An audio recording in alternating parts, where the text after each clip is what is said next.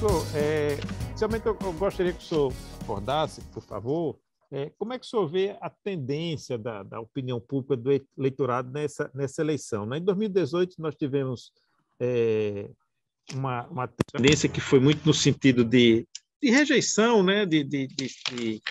Da política tradicional, e já em 2020, nós podemos notar, e talvez o senhor me corrija se eu achar que está errado, o eleitor fazendo uma opção mais digamos, uma segurança para candidatos que já tivessem experiência administrativa.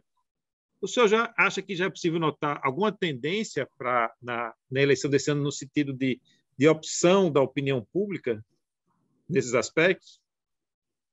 Veja, você chama atenção para um aspecto que é fundamental, que é se torna absolutamente necessário você qualificar a natureza da eleição que está sendo travada, que está sendo disputada, ou que logo mais vai ser disputada oficialmente, embora, como saibamos, as campanhas começaram muito cedo,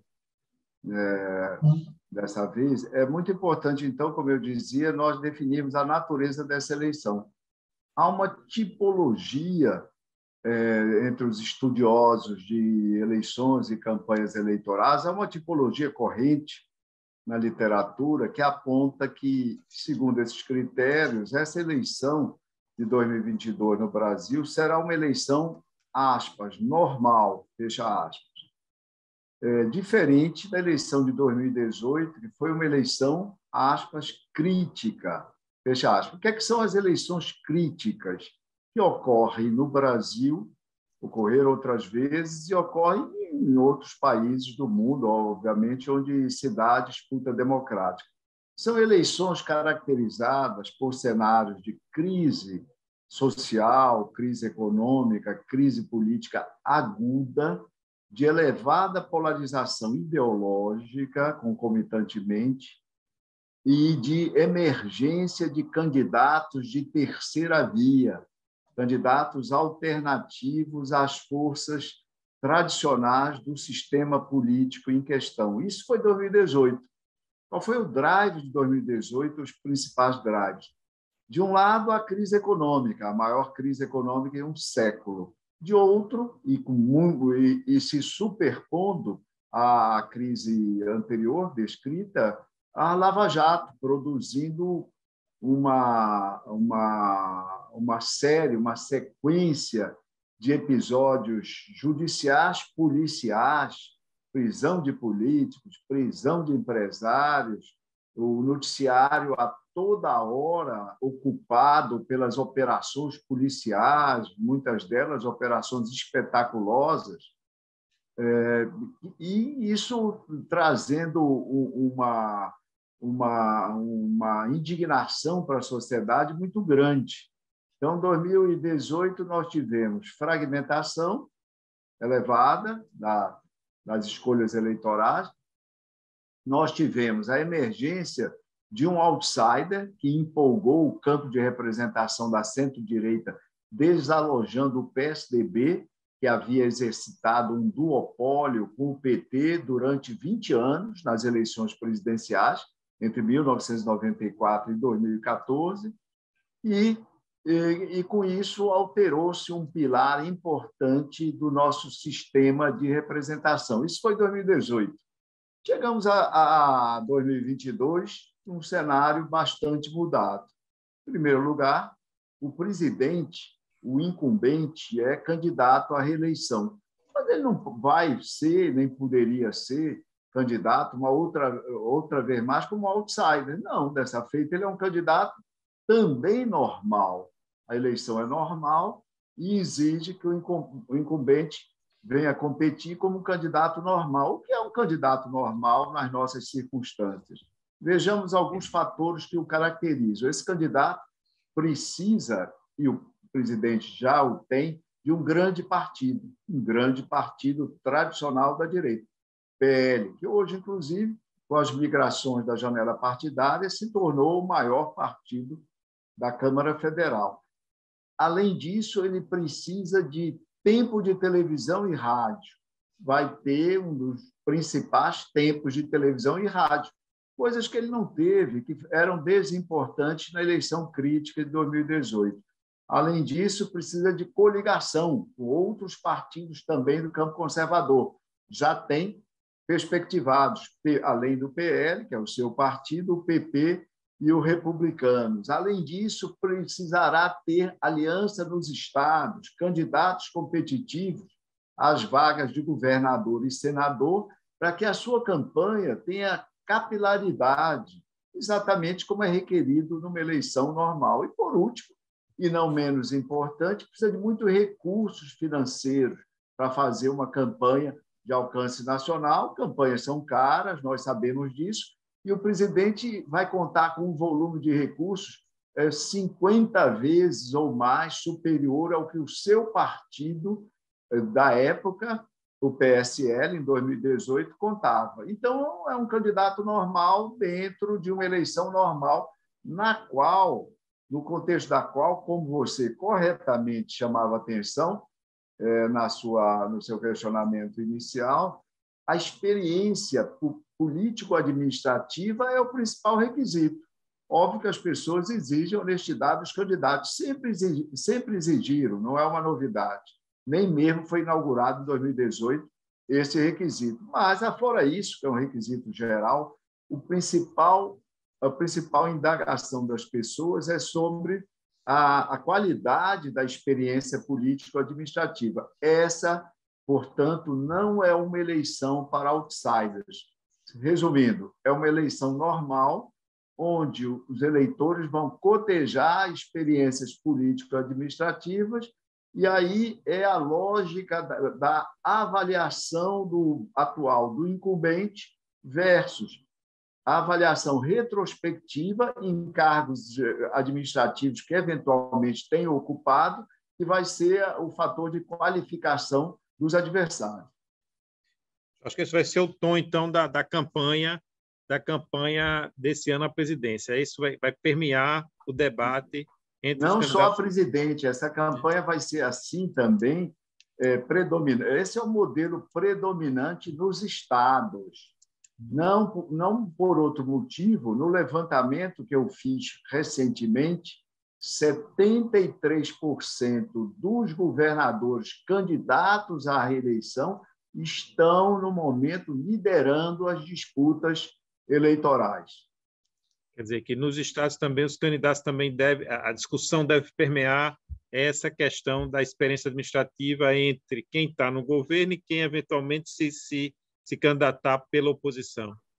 Exatamente, ou seja, as pessoas estão... O quadro da sociedade brasileira hoje é bastante difícil. Nós estamos começando a sair de uma pandemia com todas as incertezas, até porque nós já começamos a sair outras vezes anteriormente, infelizmente.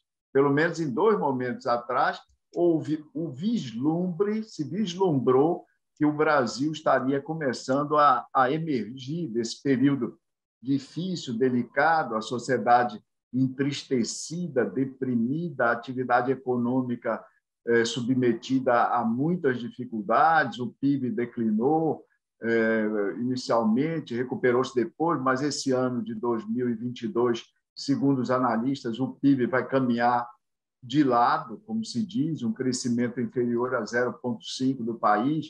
Nós temos uma inflação de 2 dígitos no momento, nós temos taxa de juros de 2 dígitos, nós temos desemprego ainda de 2 dígitos. Então, uma sociedade que está vivendo um momento difícil e que vai para as eleições nos diversos níveis querendo identificar quais candidatos têm mais condições de enfrentar os problemas objetivos da sociedade nesse ano, nesse momento. Então, é uma busca, não é, de alguém que traga, que simbolize, que desperte a esperança, a expectativa de dias melhores, seja para o país, seja para os estados, para 27 unidades da federação. Diferentemente de 2018, quando a população queria, precisava, e o fez, a maior parte dela, sobretudo, externar o seu descontentamento e a sua indignação. é um outro critério de escolha e outros sentimentos predominantemente envolvidos nesse ano. Nesse aspecto, a discussão ideológica e a pauta que costuma chamar pauta de costumes, que muitas vezes na rede social aparece ali numa faixa num debate muito acirrado, só acha que vai ficar secundário, então?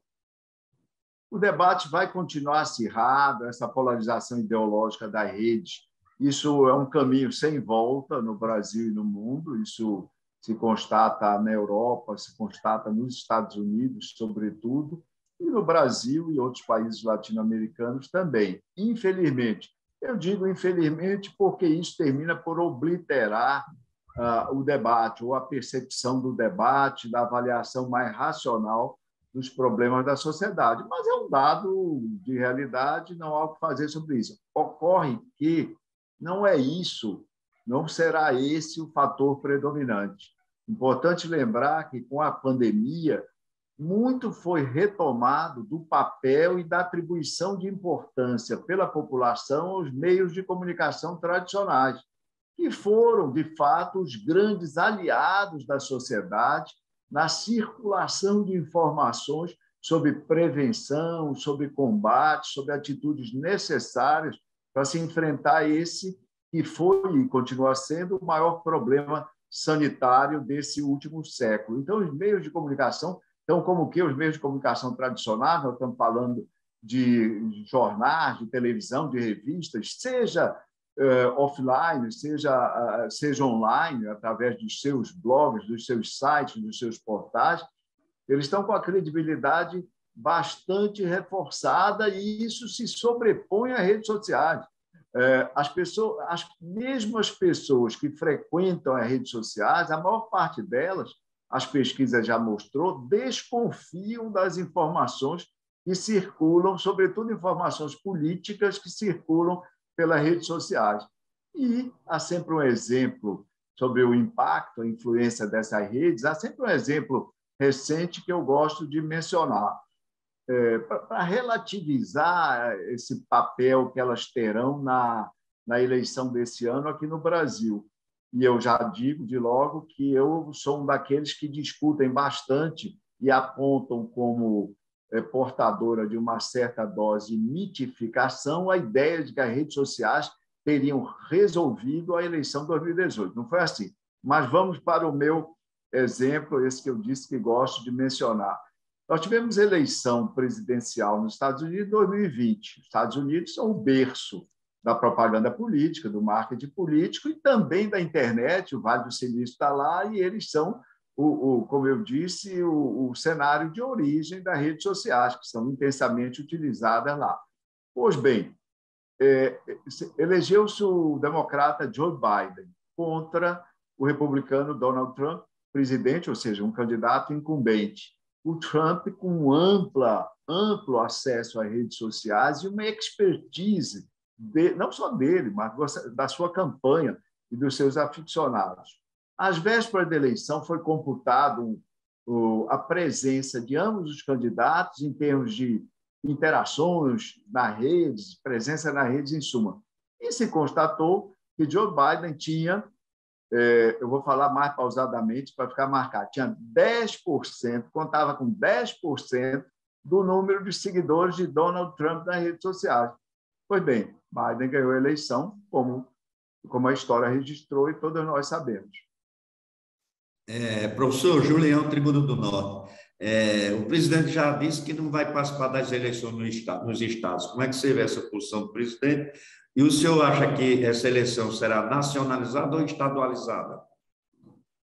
Essa eleição, eu já afirmei publicamente, será uma das mais nacionalizadas da nova República. Talvez perca para a eleição de 1986, primeira eleição de governadores da nova República. Mas será uma das mais nacionalizadas, né? Tão nacionalizada, um pouco mais, do que a eleição de governadores e senadores no ano de 2006. Daí porque o presidente tem feito um investimento pessoal na montagem, na organização e na definição de candidatos, seus apoiadores, ao cargo de governador e de senador nos estados. Então, acredito que a correlação entre essas duas disputas vai ser muito elevada.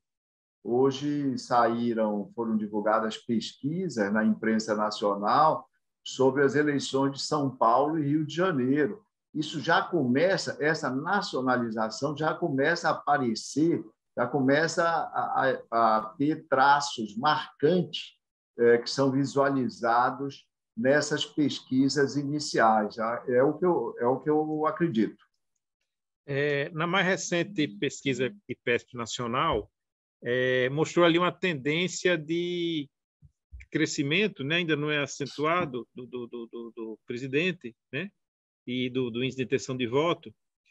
Em alguns segmentos, particularmente, isso é mais acentuado. Hoje, a Portal do Estadão mostra que entre os evangélicos isso é mais perceptível.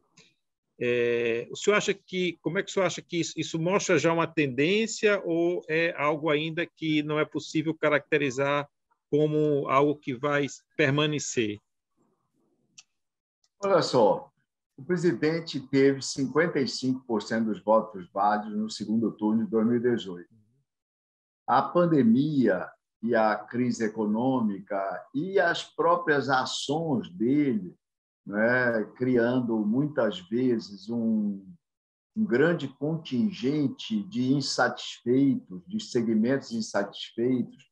Eu estou me reportando, por exemplo, aos segmentos de cultura, a maioria do eleitorado que é composta de mulheres, estou falando dos jovens, estou falando dos brasileiros preocupados com o meio ambiente, estou falando dos brasileiros preocupados com os povos indígenas, preocupados com a Amazônia, etc. Então, uma série de segmentos insatisfeitos ao longo do seu mandato. Pois bem, isso enfraqueceu o presidente e o fez diminuir em relação àquela maioria, diminuiu o seu desempenho eleitoral prospectivo em relação àquela maioria de votos razoável, expressiva que ele teve em 2018. Esse contingente, esses mesmos 55%, são, né, o mercado potencial de votos para candidatos daquela chamada terceira via, que eu pessoalmente acho que é uma autodenominação infeliz, mas é assim que eles se autodenominam, então vamos respeitar. Essa terceira via, que, na verdade, são candidatos que pretendem representar o campo do qual eles são oriundos. Que campo é esse? O campo de centro-direita, que votou em Bolsonaro em 2018 e depois discrepou, dissentiu, discordou do encaminhamento das ações governamentais do presidente Bolsonaro. É isso.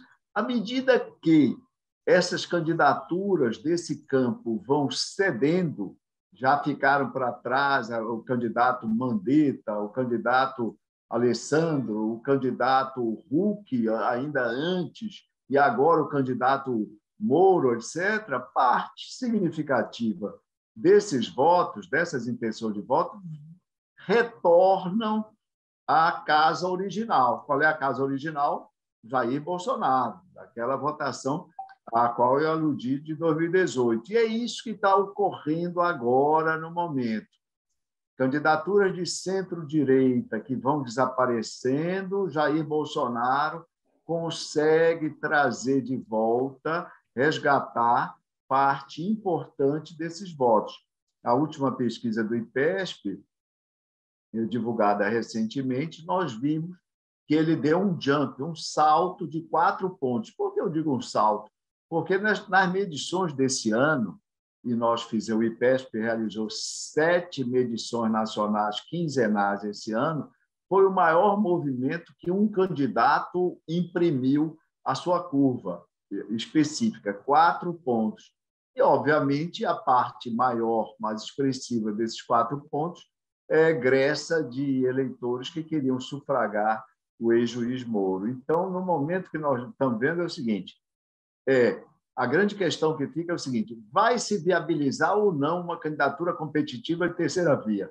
Ou nós vamos ter uma competição bipolar entre Lula e Bolsonaro? Essa Lembrando pergunta que eu ia ainda fazer ao senhor. O senhor acha que ainda dá tempo de se viabilizar essa candidatura? Essa semana, os partidos que integram essa faixa, né, anunciaram um acordo para escolher uma candidatura única da terceira via. O senhor acha que há tempo ainda para encontrar esse nome? Eu queria, antes de responder sobre o tempo, eu queria dizer que não se trata apenas de escolher uma candidatura. Se não houvesse esse candidato ou candidato, que hoje se especula Eduardo Leite ou Simone Tebet, se esse candidato ou candidato não adotar um posicionamento adequado, competitivo, de nada vai valer essa união política, porque ele não vai ao encontro do eleitorado que ele precisa ir, que é esse eleitorado de centro-direita. Se esse candidato ou candidata continuar padecendo do mesmo desvio, da mesma ilusão, como eu já chamei, da mesma ilusão de ótica que esses candidatos têm, e da autodenominada terceira via, têm manifestado até agora, que é o centrismo, que é imaginar que o posicionamento deles estará à mesma distância em relação a Lula e a Bolsonaro, o que é um equívoco palmar, né? Essa candidatura será natimorta, irá também dar com os burros na água. Então, vai precisar de posicionamento. Tendo um posicionamento correto, e qual é o posicionamento correto? Disputar os votos do centro-direita com Jair Bolsonaro. Admitir para o eleitorado que votou em Bolsonaro, que fez parte desse esforço, desse contingente de 2018, mas discorda veementemente da continuidade desse governo, porque esse governo, aos olhos desse candidato ou candidata, padece de males, padece de insucessos que não admitem a reiteração do apoio que esse candidato ou candidata deu a ele, Jair Bolsonaro, em 2018.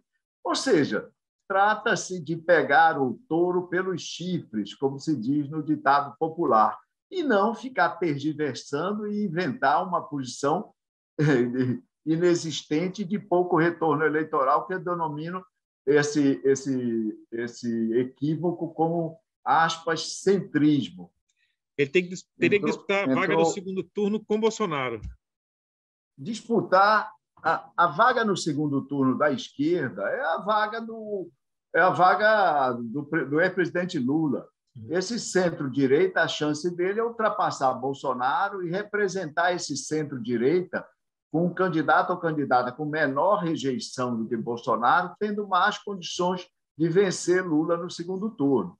Agora, o tempo que você perguntou, haverá tempo? Há tempo ainda para isso? Nós estamos há 6 meses.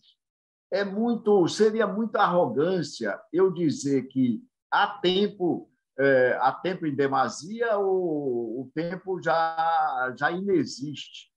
Vai depender do posicionamento, e esses 6 meses e mais o tempo de propaganda oficial podem se mostrar suficientes. Eu quero dizer que essa não é uma tarefa fácil, mas está longe de ser impossível. Vai depender de competência de posicionamento e de um grande esforço, de um grande trabalho desses partidos em torno desse candidato ou candidata. É difícil, mas é possível. Sintetizando uma frase mais curta. Você acha que Ciro Gomes tem possibilidade de surgir como essa terceira opção? Forma competitiva? Olha, o Ciro Gomes já quase chegou à medida do candidato competitivo. A literatura diz que candidatos competitivos são aqueles que atingem 2 dígitos, porque eles, de certa forma, mudam o formato da competição, fazem da competição uma disputa triangular. E isso não é um mero detalhe, isso importa na própria dinâmica da campanha, deslocamento dos votos, ataques a um ou outro candidato, circulação das intenções de voto entre um número maior de competidores. Ciro Gomes já chegou a 9 pontos, segundo a pesquisa do IPESP, então está praticamente atingindo essa condição. Se o Ciro Gomes fosse uma escolha desses partidos, dessa tríplice aliança, União Brasil, PSDB, PMDB, etc., com certeza ele ganharia uma energia adicional extremamente importante e poderia fazê-lo crescer aí para frente, mais alguns pontos, chegar a 15% e tornar essa disputa mais renhida. Agora, ao que parece, há uma distância ideológica dele, dos partidos, sobretudo da União Brasil, em relação a ele, que dificultam ou impedem, segundo alguns, que ele venha a ser essa opção. Agora, Ciro Gomes é um candidato competitivo. Nós falávamos que, numa eleição normal, experiência política administrativa é um elemento importante. Ciro Gomes tem essa experiência. Foi um governador de um governo considerado exitoso à época do Ceará.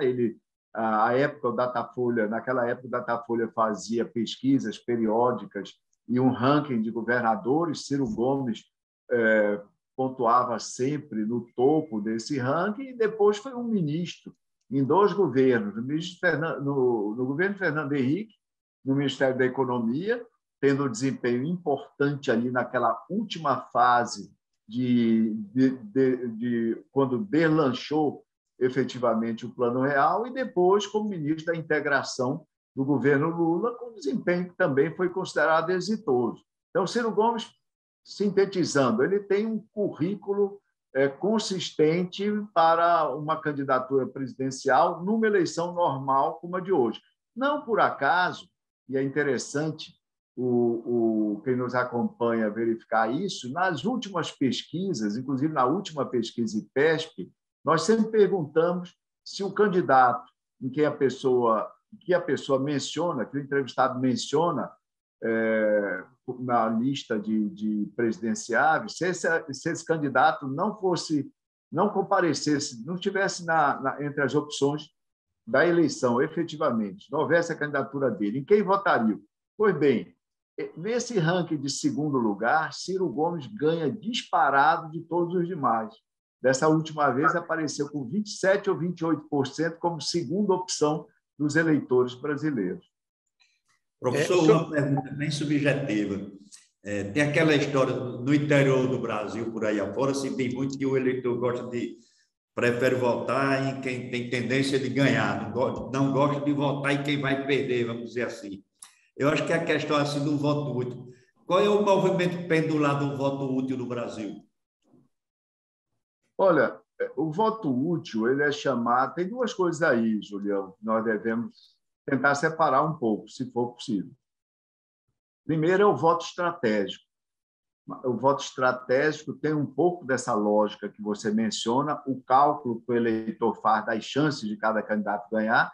Esse cálculo é muito rápido, não é nada contábil, excessivamente consciente, nada disso. Mas ele ouve falar, vê as pesquisas, vê o noticiário, conversa com os amigos e vai formando essa noção. Mas esse voto estratégico, né, é mais frequentemente orientado para que ele faça uma segunda escolha com o intuito de impedir que o candidato que ele rejeita chegue lá, seja vitorioso.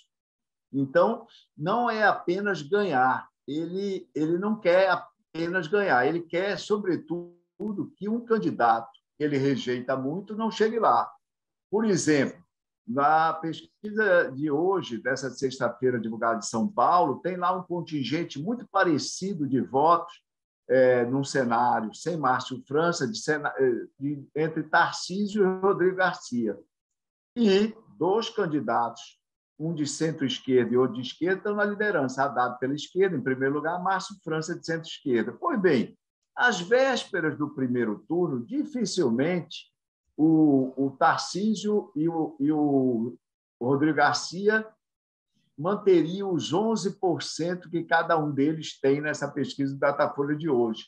O eleitor votaria estrategicamente em um dos 2 para garantir que seu campo ideológico chegue ao segundo turno para derrotar o Haddad, para derrotar a esquerda, entendeu? Então, é um voto útil no sentido de voto estratégico. O outro, mas existe o voto simplesmente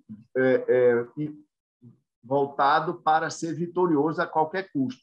Então, votar no candidato que lidera as pesquisas. Os americanos chamam de bandwagon, o vagão da banda. Então, as pessoas votam naquele candidato que as pesquisas todas apontam que irá ganhar.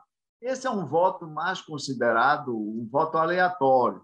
Há um outro tipo de voto também, tudo isso já foi estudado, etc. O voto, por exemplo, voto aleatório no Brasil, já houve medições, Julião, que mostram que ele chega a 11%, ele já chegou a 11% em algumas eleições. Não é pouco, está longe de ser pouco. Outro tipo de voto aleatório é o voto no underdog, o voto no azarão. Há pessoas que votam exatamente porque o candidato não tem chance alguma de ganhar, votam nele. Por exemplo, em 2018, o cabo Daciolo ultrapassou Marina Silva. Nós lembramos disso. Ele teve 1,8, Marina Silva teve 1. Para mim, pessoalmente, foi a maior surpresa da eleição de 2018. Marina Silva ultrapassada pelo cabo Daciolo. Muitos atribuem a votação do cabo Daciolo apenas a segmentos evangélicos, mas eu acho uma interpretação restrita.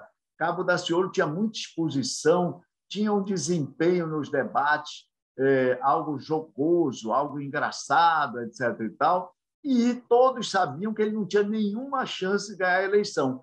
Então, eu atribuo parte da votação do cabo Daciolo a esse voto aleatório sob o estímulo da opção pelo underdog, pelo azarão.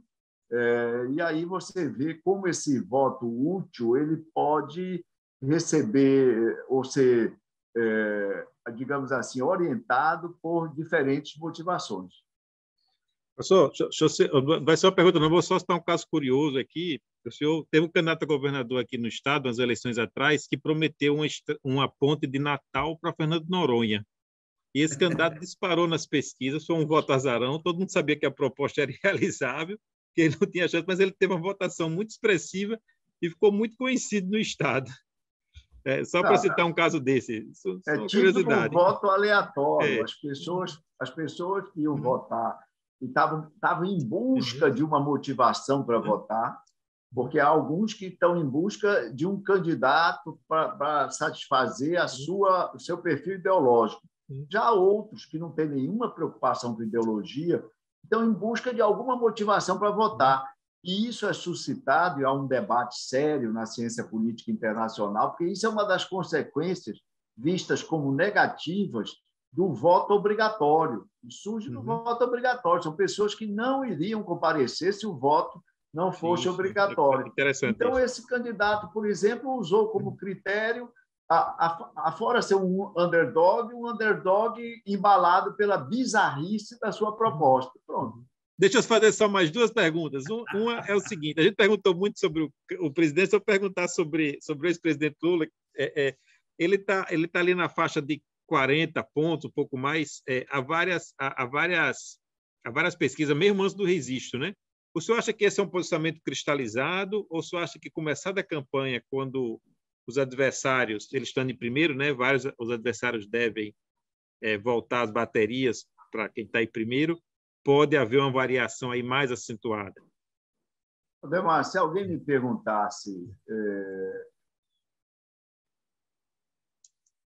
qual a quantidade, qual o percentual de eleitores que hoje pretende votar no presidente Lula, eu diria que esse número é de 36%, que são as intenções de voto espontâneas que foram registradas na última pesquisa IPESP, 36%.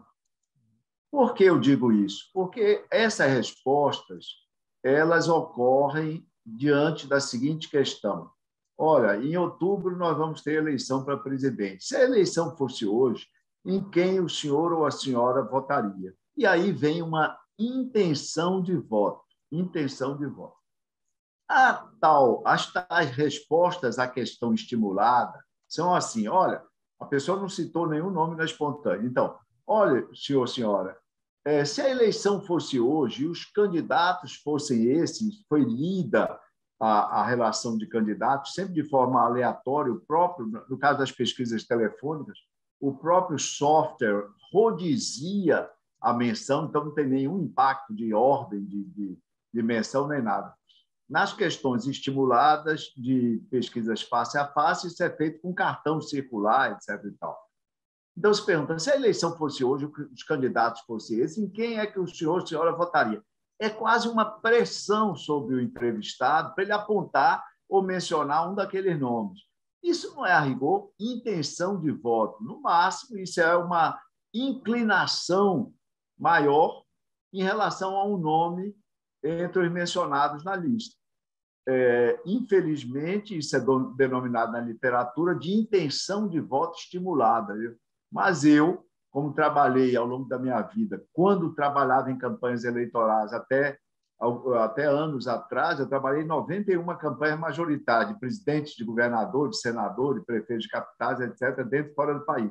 Mas, sim, a minha experiência me diz que intenção de voto mesmo é a menção espontânea. Então, Lula tem hoje 36% de intenções de voto. 44%, Aldemar, é quase um absurdo. Alguém imaginar isso em voto válido vai para quase 60%, né? Não é voto válido, em votos. Isso aí, voto... A pesquisa é sobre o total. Isso então, total, nós estamos falando de mais de 60 milhões de votos. Não vai haver. Lula não vai ter 60, nem 44, já dá quase 65 milhões de votos. Ninguém vai ter no primeiro turno 65 milhões de votos. Então, é voto demais. Quando se pergunta, o Lula vai manter isso? Óbvio que ele não vai ter 65 milhões de votos. Então, não vai manter isso. É muito difícil manter isso, é quase impossível manter isso. Agora, eu diria também que não é necessário manter isso para ganhar a eleição, tá certo? Para chegar em primeiro lugar no primeiro turno, não precisa ter 44%. E o senhor acha que tem segundo turno, então? Só acha que tem segundo turno, então? Eu acho que a chance hoje de não ter segundo turno é de 20%, e de ter segundo turno é de 80%. Quando as pessoas me perguntam se 20% é muito ou é pouco, eu digo que é pouco para quem tem 80%. Agora, eu complemento dizendo o seguinte, Aldemar, se eu tivesse 20% de chance de ganhar na loteria esportiva, na Mega Sena, eu só faria isso na vida. Qual a importância do Nordeste na eleição presidencial? Olha, é grande. O Nordeste é a segunda maior concentração de votos do Brasil, né? Com esses 27% que tem, a primeira sendo o Sudeste, naturalmente, com 43%. Mas note-se que esses 27% do Nordeste, eles têm mais similaridade, mais homogeneidade, até porque o Nordeste tem mais homogeneidade cultural, e isso deriva para a política, inevitavelmente, do que o Sudeste. Na verdade, você, Aldemar, eu e os habitantes dessa região, dos 9 estados, nós conseguimos nos ver como nordestinos.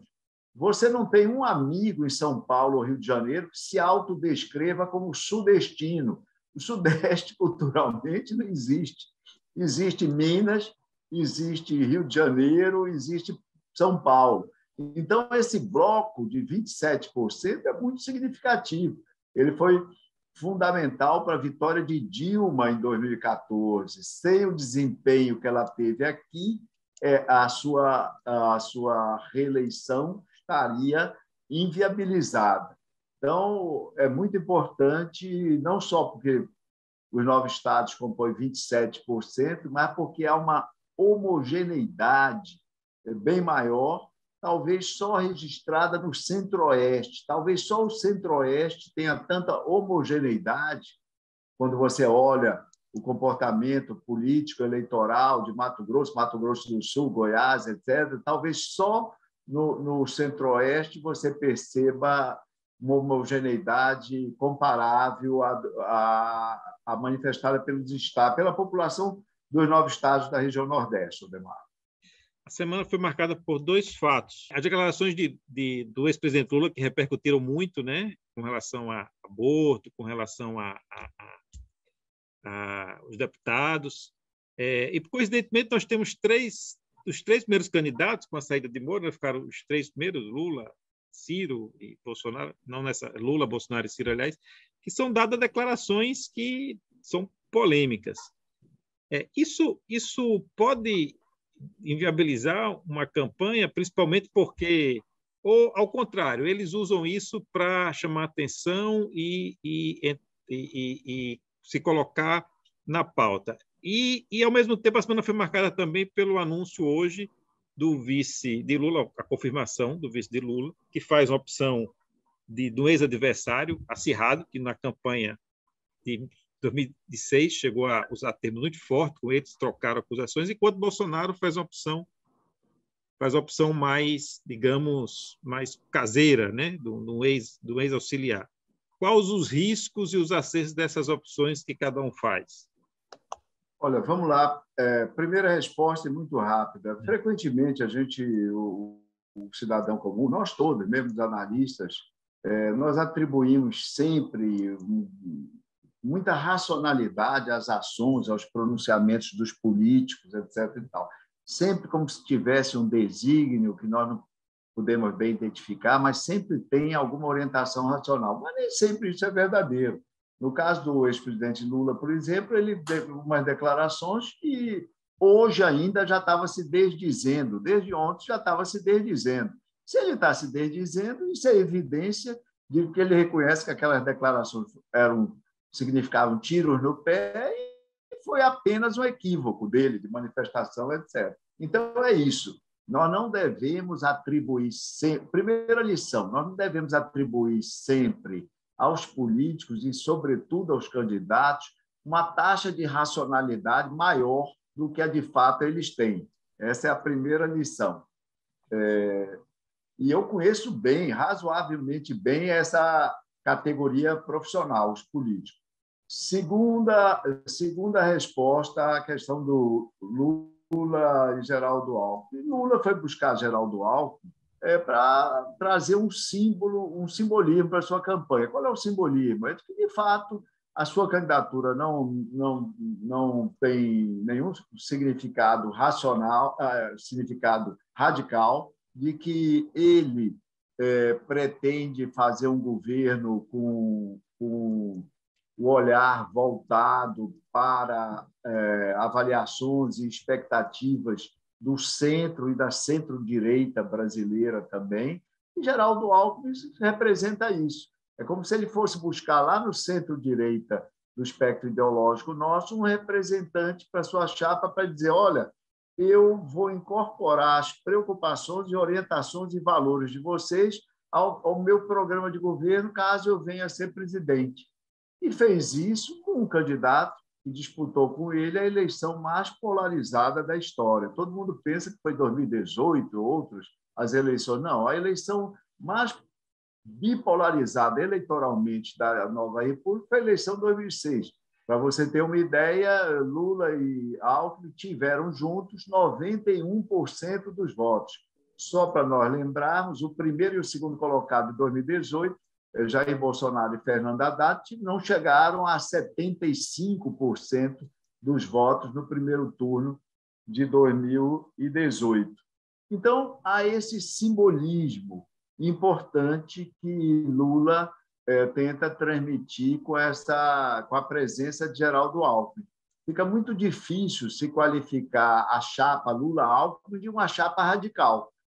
Mesmo os críticos mais acirrados vão ter essa dificuldade. Você olhar para Geraldo Alckmin, Júlio de Lula, e dizer que aquilo... Hein? Braga Neto. Assim, a coisa de... Mas eu queria antes chamar a atenção para o seguinte, o critério de escolha de Lula faz algum sentido? Faz. No mundo todo, não só no Brasil, o critério básico para a escolha de um vice é a complementaridade. Complementaridade que pode ser ideológica, pode ser étnica, como nos Estados Unidos, chapa Biden-Harris, pode ser de faixa etária, um vice mais jovem, o titular, o presidente mais velho, ou vice, pode ser de gênero, homens e mulheres. Por exemplo, a chapa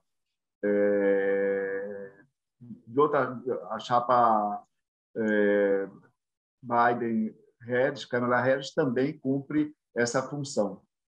E outras chapas que nós tivemos, chapa Serra, Rita Camata, e nós já tivemos bastante aí, homem e mulher compondo. Pode ser regional, Fernando Henrique, do Sudeste, Marco Maciel, do Nordeste, ideológica, Fernando Henrique, PSDB, Marco Maciel, centro-direita, direita do então PFL, à época, etc. Então, A chapa Lula-Alckmin cumpre o papel da complementaridade. Já a chapa Bolsonaro-Braga Neto, ela é absolutamente inovadora, não cumpre nenhum dos requisitos dos manuais de estratégias político-eleitorais. E, se você olha de perto, ela parece apenas um hedge. Qual é o papel do hedge nos investimentos? É você colocar uma cerca protetiva. Então, você está investido em dólar, você coloca uma cerca ali para não ser prejudicado se o valor do dólar cair abaixo de um determinado percentual. E qual é o caráter de hedge nessa composição de chapa? É um hedge contra o impeachment. Ou seja, é um hedge contra seus próprios aliados, porque eles sabem que o Centrão é majoritário e vai continuar sendo majoritário, muito provavelmente nas eleições parlamentares desse ano. Então, é para se precaver de uma tentativa de eventual impeachment que ele coloca o Braga Neto, porque quem diz, ninguém vai me tirar para colocar alguém que ainda é tão afinado, sintonizado com minhas ideias quanto o Braga Neto. E, além disso, o Braga Neto não vai ser um daqueles vices que vai participar da conspiração para a deposição por impeachment de um presidente, no caso, Jair Bolsonaro. Então, critério do Alckmin, complementaridade, é by the book, é como os livros de estratégia de composição de tickets, de chapas presidenciais indicam. A chapa do Jair Bolsonaro é o hedge, é totalmente inovador, é um seguro contra impeachment em relação aos próprios aliados. Ok, professor. Muito obrigado pela entrevista. Foi um prazer, Demar, Julião, foi bom conversar com vocês.